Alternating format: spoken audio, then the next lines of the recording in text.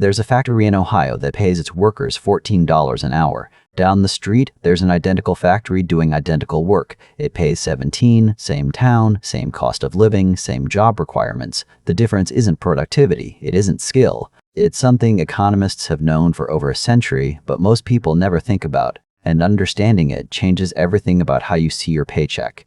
Let me show you what I mean. In 1938, Congress passed a law that said no American worker could be paid less than 25 cents an hour. That's about $5 today when you adjust for inflation. The logic was simple: set a floor, protect workers from exploitation, make sure everyone gets a baseline. Fast forward to 2025, and the federal minimum wage sits at $7.25. It hasn't moved since 2009. 16 years frozen while rent doubled, food costs climbed, and everything else followed. You'd think the solution is obvious: just raise it. Push that number up until people can actually afford to live. But here's where it gets interesting, because there's another way to raise wages that doesn't involve Congress, doesn't require a single vote, and actually works faster. It's so effective that companies spend millions trying to stop it. And it's not what you think. Let's go back to those two factories. The one paying 14 and the one paying 17. Why does the second factory pay more? Not generosity, not corporate values. The answer is leverage. The workers at the $17 factory have something the workers at the $14 factory don't: a credible alternative, the ability to walk away. And that threat, that quiet possibility that they might leave, changes the entire negotiation. This is the part most people miss. Wages aren't determined by fairness or effort or even value. They're determined by bargaining power, and bargaining power comes from options. Here's the math nobody talks about. When unemployment drops below 4%, wages start rising on their own. No legislation needed. Companies compete for workers. They offer more money, better hours, signing bonuses. When unemployment climbs above 6%, wages stagnate or fall. Workers take what they can get. The difference between those two scenarios isn't education or training or individual choice. It's the labor market temperature. And that temperature is controlled by something most people never connect to their paycheck: monetary policy. The Federal Reserve has one job that matters more than anything else when it comes to wages: keep unemployment at the right level. Not too low or inflation spirals. Not too high or people suffer. They do this by raising or lowering interest rates. When rates go up, borrowing gets expensive. Companies hire less. Unemployment rises. When rates go down, borrowing gets cheap. Companies expand. Unemployment falls. Seems mechanical. Boring even. But this is the lever. This is the thing that decides whether you have negotiating power or not. Let's make it concrete. In 2019, unemployment hit 3.5%, the lowest in 50 years. Suddenly, fast food chains were offering $15 an hour in places where minimum wage was still $7.25. Target raised starting pay to $15 voluntarily. Amazon did the same. Walmart followed. No strikes, no new laws, just tight labor markets forcing companies to compete. Workers had options, so workers got paid. Then COVID hit. Unemployment spiked to 14%. But here's what's strange. After the initial shock, something unexpected happened. The government flooded the economy with money: stimulus checks, unemployment benefits, small business loans. People had cash. They spent it. Companies scrambled to meet demand. By 2022, unemployment was back below 4%, and wages? They jumped faster than they had in decades. Especially at the bottom.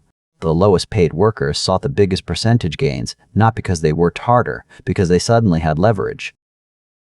Now here's where it gets uncomfortable. In 2022, inflation started climbing, not from wage growth. That's a myth we'll come back to. But the Federal Reserve responded the way it always does. It raised interest rates aggressively. The goal was to cool the economy, slow down hiring, bring unemployment back up. And it worked.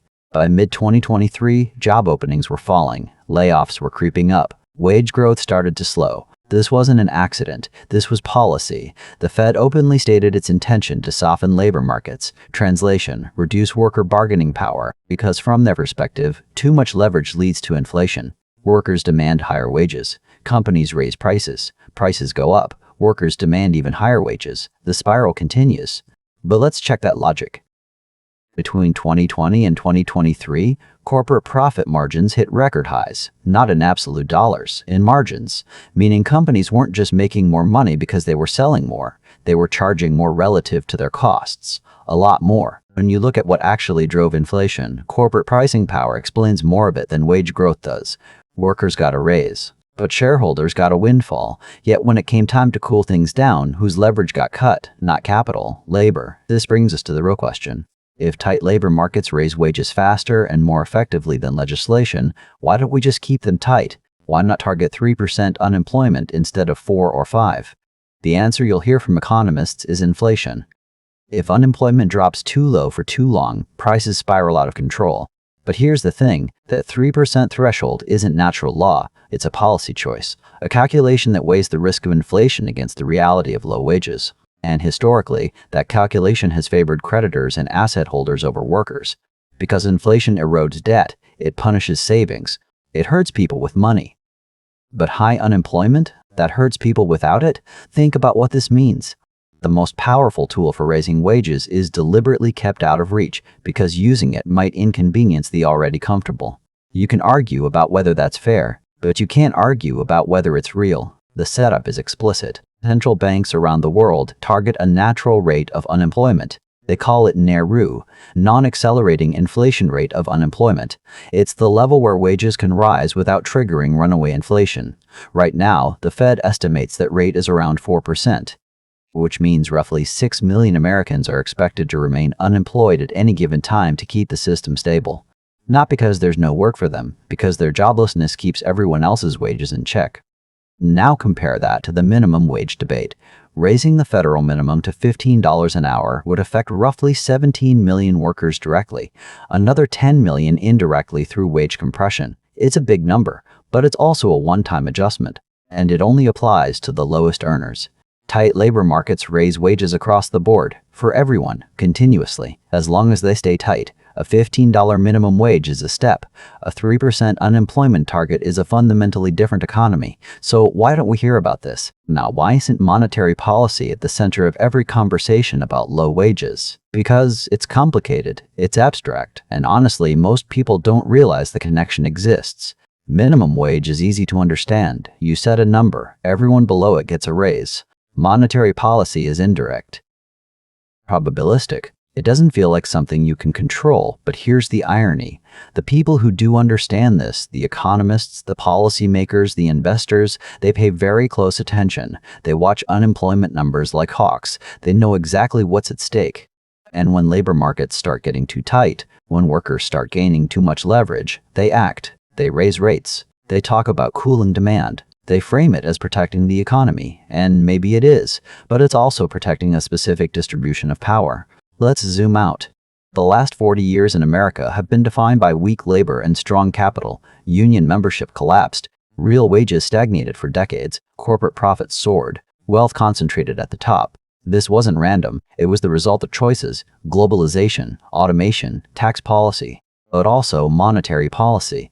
The Fed spent those decades fighting inflation with an intensity it never applied to unemployment. When prices rose, rates went up fast. When jobs disappeared, rates came down slow. The asymmetry wasn't accidental. It reflected priorities. But something shifted during COVID. For a brief moment, the labor market flipped. Workers had power, and they used it. They quit bad jobs. They demanded better pay. They refused to come back under the old terms. It lasted maybe 2 years, just long enough for millions of people to realize what leverage feels like. And then it ended. Not because the economy collapsed, because policy made it end. Here's the uncomfortable part. If you want higher wages, really want them, sustainably, you need tight labor markets. But tight labor markets require low unemployment. And low unemployment requires either massive fiscal stimulus, which Congress won't do, or accommodative monetary policy, which the Fed won't sustain. So you're left with a system that occasionally, almost by accident, gives workers leverage, and then takes it away as soon as inflation ticks up. The solution to low wages isn't a mystery. It's been sitting in plain sight for 100 years. Keep people employed, let them bargain, let competition drive wages up naturally. But that solution threatens something else: stability for creditors, returns for investors, a predictable flow of cheap labor. And when those interests collide, you can guess which one wins. So where does that leave us? With a choice that's never quite presented as a choice. Do we accept structurally low wages in exchange for stable prices? Or do we risk inflation to give workers real leverage? That's the trade-off. That's the thing nobody wants to say out loud. Because once you see it, you can't unsee it. Your paycheck isn't just about